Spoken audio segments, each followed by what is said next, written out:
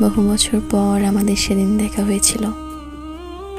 দেখা হবার পর তুমি কোনো কথাই বলনি। তুমি বলনি, তবে তোমার চোখ বলেছিল।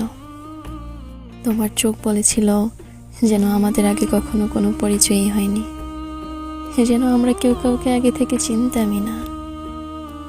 অথচ আমাদের এমন অচেনা হবার কথা ছিল না।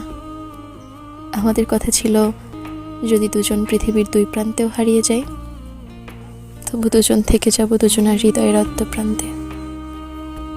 তাহলে আজ আমরা কেন এত অচেনা হলাম?